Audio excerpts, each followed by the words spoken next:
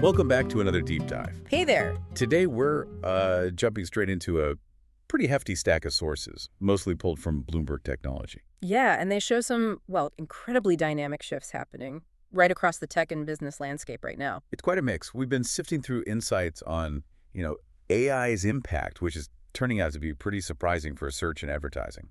And then there's corporate strategies around Bitcoin treasuries, which is fascinating. Plus the absolutely massive energy demands that AI is driving. Right, and a few other key tech stories making waves too.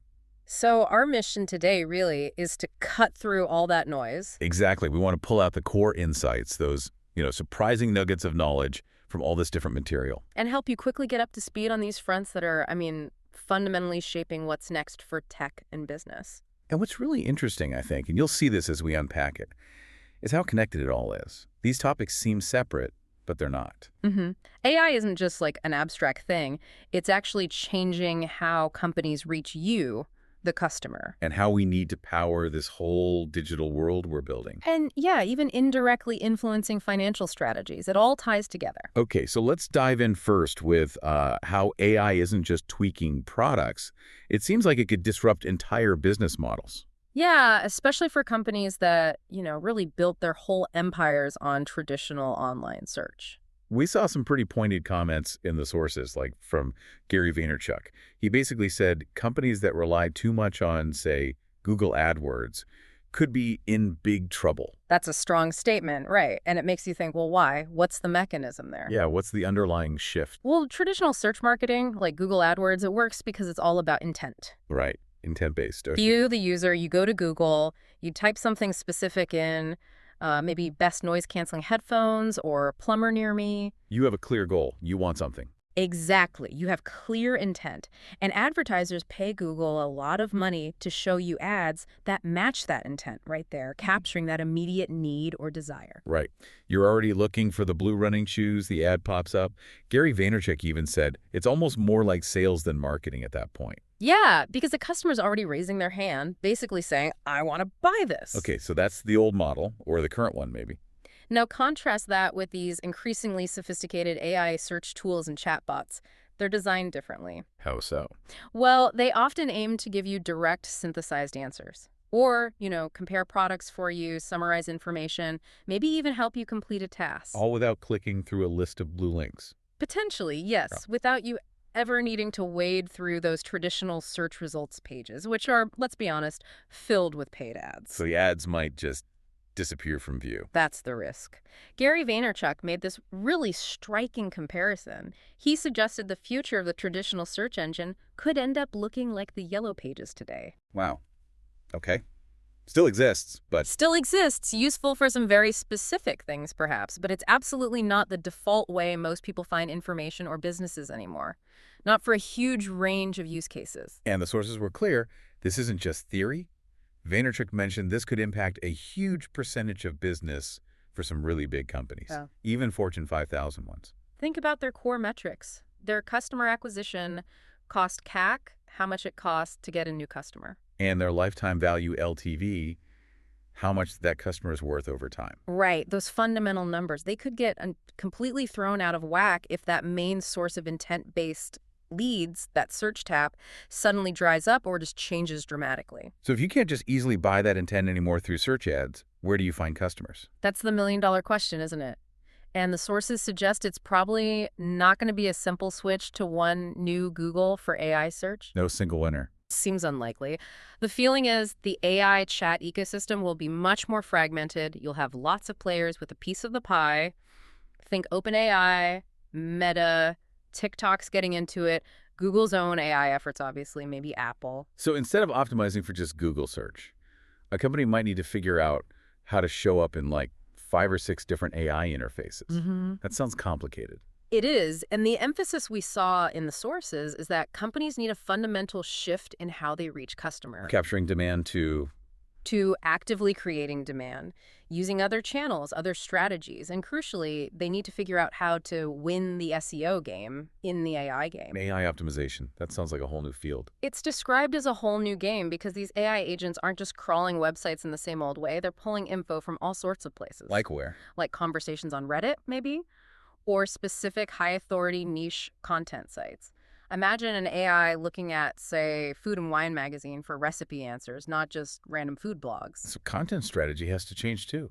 Different distribution. Entirely. It's a big adaptation. And speaking of different channels, Gary Vaynerchuk also mentioned something else gaining traction. Live social shopping. Oh, yeah, he definitely flagged that. Said it's already huge in Asia, particularly China. Billions in revenue. And he sees potential globally. Calls it a massive space and a huge opportunity. Why? Because it taps into something basic, that human desire for connection, for entertainment, even while shopping. It's another sign the digital landscape is shifting fast, moving beyond the models a lot of businesses are still based on. Okay, let's pivot now from how AI changes what you see online to what it needs behind the scenes. And that's power. Lots and lots of power. The sources really hammered this point. AI's energy appetite is just staggering. And the big news was Meta making a significant move into nuclear power. Right, tell us about that deal. So this is where you see the, physical reality hitting the AI hype.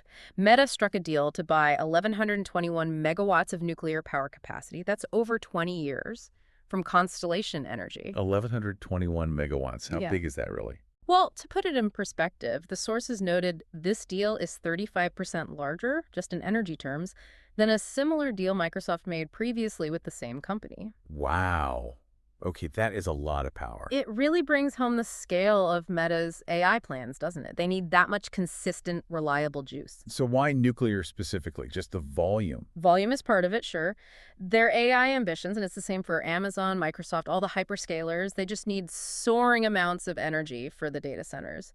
But there's another layer. Which is? These companies have set really ambitious carbon-free goals. They're aiming for net zero emissions, often by 2030 or 2035. Okay.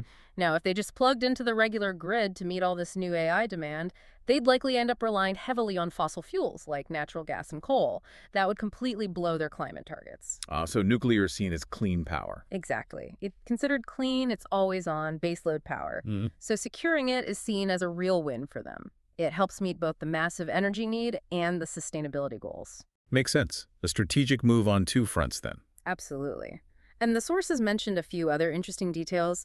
Meta is reportedly paying a premium for this nuclear power compared to other sources. Really? Shows how important it is to them. It does, and it's a virtual deal, meaning the data center doesn't have to be right next door to the plant. It provides carbon credits, helps secure that capacity. And keeps the plant running. Yeah, it helps keep a nuclear facility online that might otherwise have been shut down, so it kind of locks up needed capacity for the grid overall, too. And the sources were pretty clear. This huge energy demand isn't just AI, is it? It's a bigger picture. That's a really important point. AI is a huge driver, yes, but it's happening alongside widespread electrification. You mean electric vehicles? EVs are a big part, yeah.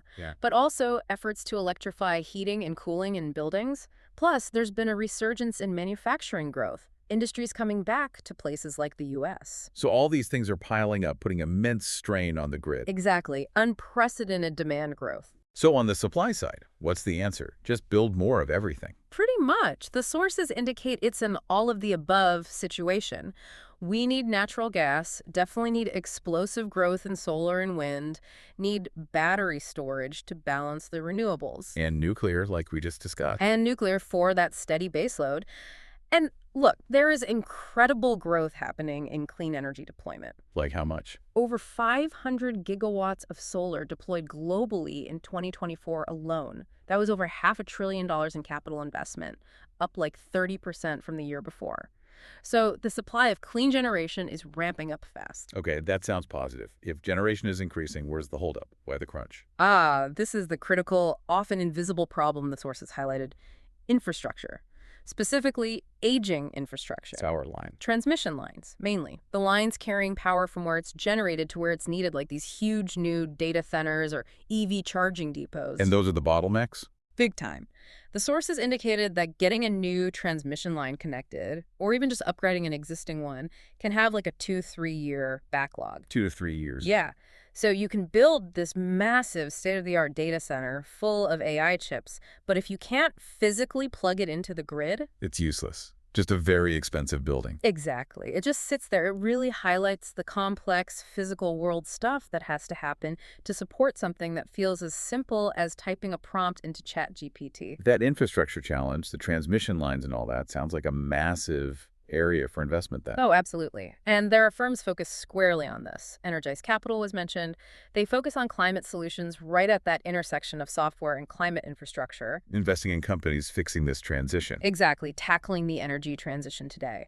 And the U.S. is seen as a real innovation hub here, partly because the demand from hyperscalers is so intense and our grid is just inherently complex. The sources mentioned one specific startup, Heron, founded by a former Tesla exec, Drew Baglino. Right, Heron. What they're doing is pretty interesting. They're building grid-scale power solutions, but with a novel approach. Okay, what's the tech? They use advanced power semiconductors to convert energy directly from DC.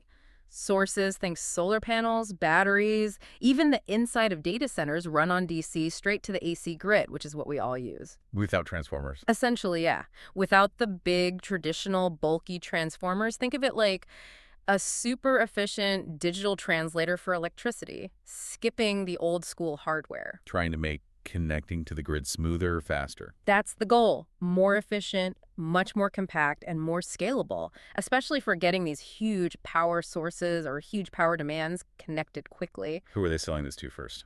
Initially, data center builders and renewable energy developers. Companies like Caruso, Intersect Power were mentioned, and they're reportedly working with Google, too. And the market's potentially huge. Well, yeah, if electricity demand is set to potentially triple, then technology that makes grid connection better, faster, cheaper.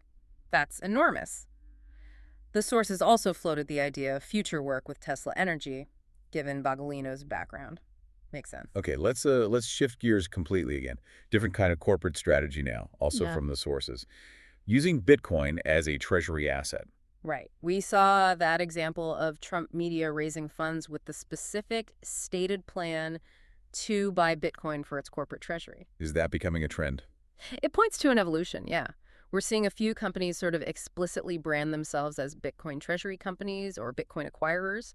It's becoming part of their core strategy. How is that different from just, a company putting a little Bitcoin on the balance sheet for diversification? It's quite distinct. The sources suggest the market is actually starting to recognize this difference. They're valuing these dedicated companies based on things like the relative size of their Bitcoin stash. Compared to the rest of the company. Yeah, and also how they're acquiring it. Are they taking on debt to buy Bitcoin? Are they issuing new stock? The market seems to be differentiating based on that. Interesting. What does this say about Bitcoin itself in the broader financial world?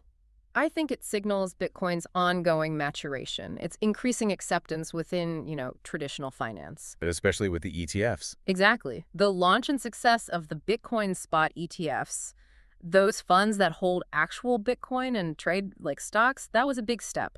It made it easy for traditional investors to get exposure. So Wall Street is taking it more seriously. Increasingly, yes. Many institutional investors are starting to see Bitcoin as a legitimate asset class, something that maybe belongs in portfolios.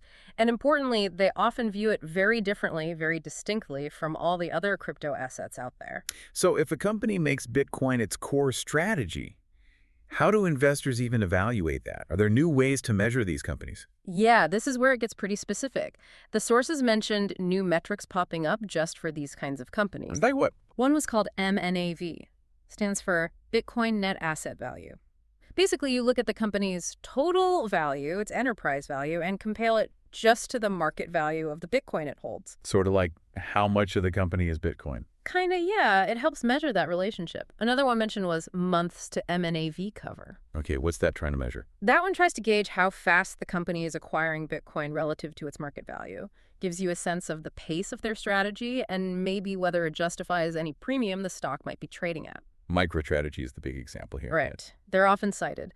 The sources noted the market seems to give MicroStrategy a premium valuation, and one way analysts try to justify that is by looking at how their Bitcoin holdings per share have grown over time. So it's clearly moving beyond just Bitcoin as a passive store value sitting on a balance sheet. What about using it more actively for like decentralized finance, DeFi stuff? That's definitely another key trend highlighted in the sources. Companies that started out maybe just helping people buy or hold Bitcoin are now expanding Expanding into what? into offering more of a full banking experience, really, for both regular folks and big institutions. Building tools for lending Bitcoin, borrowing against it, finding ways to generate yield on Bitcoin holdings. So DeFi coming to Bitcoin itself. Exactly. As the underlying Bitcoin technology, like layer 2s and sidechains, matures, you're seeing DeFi tools and protocols, things that were maybe developed and tested on other blockchains, like Ethereum, now launching directly on Bitcoin. Offering borrowing and lending, things like that. Yeah, borrowing, lending, yield generation, but in a way that's maybe more aligned with Bitcoin's core principles, more crypto native, perhaps. Wow, okay. We have covered a ton of ground here, from AI completely changing advertising, to the massive power needed to run it, to corporate treasuries holding Bitcoin. It's a lot of disruption packed into one deep dive. Definitely. Before we wrap this up, let's just quickly hit a few other tech updates that were sprinkled through the sources, just some rapid-fire points. Sounds good. Quick hits. Okay, first, Elon Musk's XAI. What's the latest there? Fundraising. Sources indicate XAI is actively raising capital, reportedly includes a pretty big chunk, maybe $5 billion, in debt. Debt? Interesting. What for? Likely for building out massive infrastructure. Could include funding for that planned Colossus data center in Memphis, which sounds like it's going to be enormous. An equity round is apparently also in the works. Got it. And sticking with Musk, any news on the Tesla front? Tesla is reportedly planning a soft launch, maybe early public access for its robo-taxi service, starting in Austin. Robo-taxis on public roads. Yeah, sources mentioned testing vehicles with no safety driver in the front seat, operating on public roads, though probably starting in a very small geo-fenced area. Okay. Shifting gears, any news on jobs in tech? Hiring, firing? Unfortunately, more cuts. Microsoft is trimming hundreds more jobs. This follows some bigger layoff rounds announced just weeks before, so continued adjustments there. How about company earnings? Anything jump out? HP's recent earnings report was expected to be a bit mixed. Servers, in particular, looked like maybe a weaker spot, although the whole AI demand story is seen as providing some potential lift for them going forward in that area. Makes sense. Cybersecurity CrowdStrike. CrowdStrike's stock has recovered well from a past incident, apparently. But interestingly, the sources noted their net new annual recurring revenue, that's new subscription money coming in, minus cancellations, was still negative. Okay. Key trends there. Generative AI and data security are still the big themes, big investment areas across cybersecurity in general. Right. And finally, the chip giant, TSMC. Taiwan Semiconductor Manufacturing. They're facing some logistical hurdles, specifically traffic delays, building one of their new plants in southwest Japan. It's still expanding globally. Oh, yeah. Pushing ahead hard with global expansion, including that massive $100 billion commitment for their plants in Arizona. Driven by. A fix of things. Yeah. Geopolitical tensions. The push to diversify chip manufacturing away from just Taiwan. And just the immense, seemingly endless demand for high-end chips, especially for AI. Think NVIDIA GPUs. Got it. Anything else quick? Oh, one last thing. A specific EV business, Lisa Dan was mentioned, expected to actually turn profitable in the second half of this year, apparently seeing strong sales even while lots of competitors are cutting prices. Wow. Okay, what a journey through the source material today. We really touched on the sheer scale, the variety of these disruptive trends hitting tech and business. Yeah, from really fundamental shifts in like how companies might need to advertise soon. To the very real physical challenges of just powering all this AI. And even how corporate balance sheets are changing with things like Bitcoin becoming more mainstream. It's a lot. It really underscores how none of this stuff happens in a vacuum, doesn't it? When you distill these different threads, you see this bigger picture of rapid, interconnected change. Yeah. Reshaping technology and business at a really fundamental level. Absolutely. Well, thanks so much for joining us on this exploration of the source material. My pleasure. And maybe a final thought for you to consider as you process all this. Think about how these shifts, we talked about AI changing search, the infrastructure crunch for that AI, Bitcoin in corporate finance, they aren't isolated events. They're pieces of a much bigger and rapidly accelerating transformation. So the question becomes, what other established business models or maybe even physical infrastructures might be next in line to face these kinds of radical shifts? Something to chew on.